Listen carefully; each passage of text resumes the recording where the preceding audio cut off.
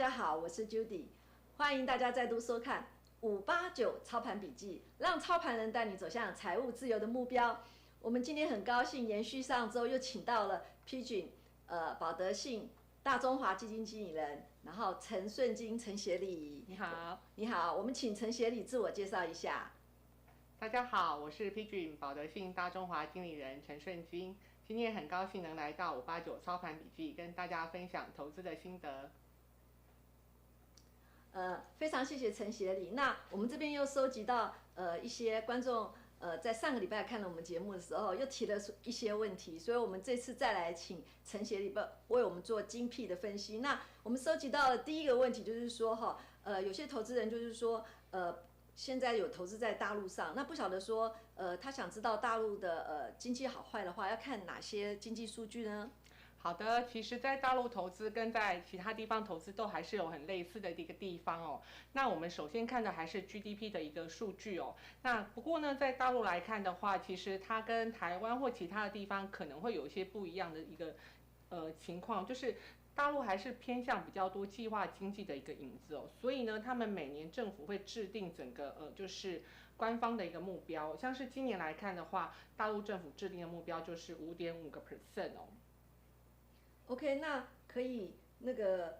大陆说5.5%，可是今年大陆封城嘛，然后他这样还有机会达到这个目标吗？哦，那我们看到是说，我们现在已经知道大陆第一季的 GDP 是在4.8%哦。那大家可能想说，它就是比5.5% 来的低，所以大家又看到说第二季又封城。我想在台湾的报章媒体上，一定有很多看到说一些他们所谓的在做抢菜啦，或者是说你根本不能出去哦，一些状况非常惨的一个状况，那包括一些明星也到拍说他们去验核酸的一个画面哦，大家在大陆反而更容易去在做追星哦。那其实呢，我们刚刚讲到说大陆是一个计划经济的一个比较浓厚的一个国家，所以如果你是当地的省长或者是县长好了，如果上级交办你今年就是要到5.5% 的话，你要怎么办呢？对。那我记得我们上个礼拜在讲台湾的 GDP 的时候，它好像是用蜘蛛法的方法去计那个 GDP， 就是所谓的C 加 Y 加 I 加 G 加 X 减 N， 就是我们经济学里面学过的蜘蛛法。可是我在中国的国家统计局找到的时候，它的 GDP 的分法好像跟大部分的国家分法不一样，它好像分了什么第一产业、第二产业、第三产业。你可不可以约略就这些产业约略告诉我们它的分类呢？好啊，我们从延续刚刚讲到的，如果你是地方的官员的话，你是省长和县长，你一定会想办法说，我要让我自己的省或县来做刺激好了。那我们怎么去看这三个产业呢？其实第一个产业大家比较容易想到就是所谓的农林渔牧哦，就是它是一个比较初级的产业。那第二个产业呢，就是制造业哦，就是说你看可能制造，像大家可能知道说大陆很多做家电啦、手机啊这些制造业。那第三个行业呢，就是跟大家比较贴近的所谓消费性的行业，所以可能大家去百货公司买东西，或者是说有去做外卖啦，或者是说餐厅这些来看的话，比较偏消费性的，就是属于第三的产业哦。所以我们刚刚回到，如果你是当地的省长啊或者县长，你要怎么做？大部分的省份呢来看的话呢，它可能就从第二产业或第三产业会去着手，想办法刺激这些产业。特别是我们在看到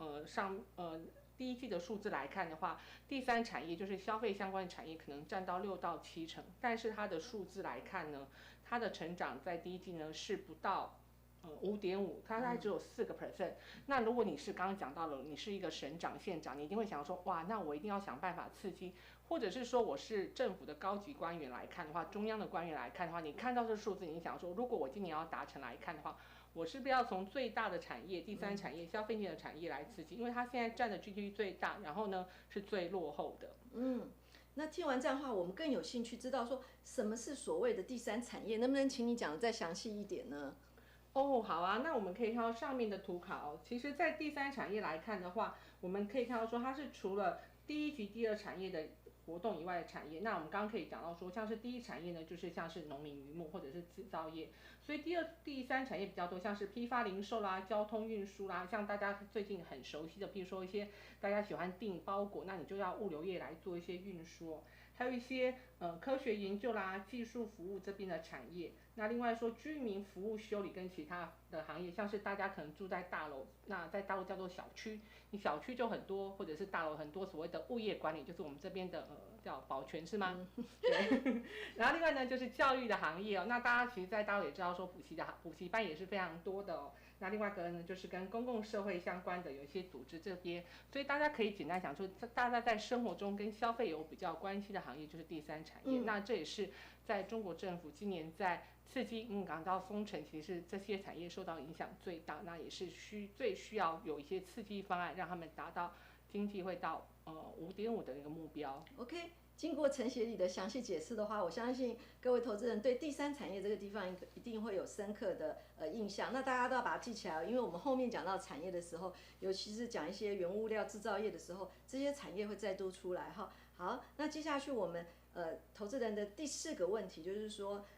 大陆看的第三产业是占整个比重就是最高，而且就是大家最想拉抬的。那我们从什么经济数据？可以看到，就是说这个第三产业有起来或衰退的现象吗？好啊，其实因为我们刚讲到说，其实第三产业就是消费的行业，所以其实大家在看大陆的经济数据来看的话呢，跟消费最有关的就是在他们叫做社会消费品零售的金额。那其实大家就很简单可以讲做叫做零售销售的一个金额。那在图表上来看的话，你可以看到说，其实今年来看的话，整个零售销售金额，就是大家看消费金额，其实到了第一季末3月、4月来看的话，他们都是一个负增长的一个状况，就是说他们在封城影响是非常大的。所以他们可能如果要达成他们的计划经济的话，这下半年这个地方就要加强刺激消费的部分喽。对，大家可以想到说，如果你是政府的官员来看的话，你在这边来看的话，就要特别做一些很多的刺激的一个政策。OK。所以像是呢，在刺激政策来看的话，最近大家看到消费最多的可能就是像说刺激汽车。那我想汽车大家就是非常熟悉，他们就是做所谓的购置税减半的一个状况哦。但是他们在做消费刺激上来看的话，这是最大宗的。那其实呢，大家可能会想说，那在疫情期间来看的话，或需要再做投资来看的话，有没有什么依据呢？我们可以请看上我们的图卡哦。大家可以看到是说呢，其实我们在看到零售销售数字来看的话，还是可以看它的所谓的比较里面的我们所谓的细项，就是你可以看到是说有些消费的品呢，在疫情的时候来看的话呢，它还是可以做正增长的，这种是所谓的跟民生消费，就是你不管有没有疫情或者好坏，你一定要买的，像是粮食啦、食品啦，或者是饮料类。或者是大家可以看到说，中西药类也是一个正增长的状况。那刚刚讲到石油，可能基本上它也是一个必需品哦。所以在投资方面来看呢，虽然我们看到零售的数字不好，但是呢，你可以想说哪些是一些必需品，你就是必须要投资。那我们也可以从总体的数字上来看到这些现象。OK， 我们谢谢那个陈协理精辟的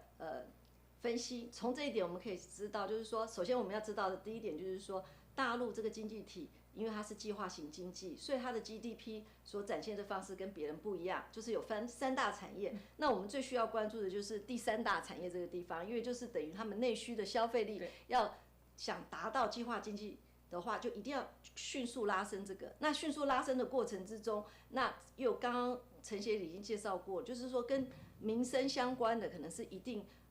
不管政府刺不刺激，它还是会呈现一个正增长。那其他的部分，就像刚刚他所提过说，比如说它可以有一个补贴的政策，比如说今天对的汽车业，那后面可能会对的不同的行业做刺激，然后整个就会拉升上来。所以我们只要观察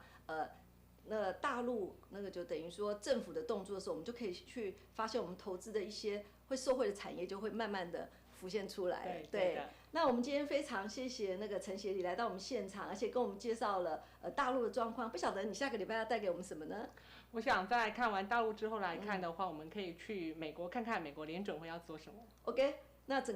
个标的就会从亚洲地区到了美洲那个地方去看看了。OK， 我们今天谢谢陈协理来到我们现场。到了最后还是要提醒你，不要忘了按赞、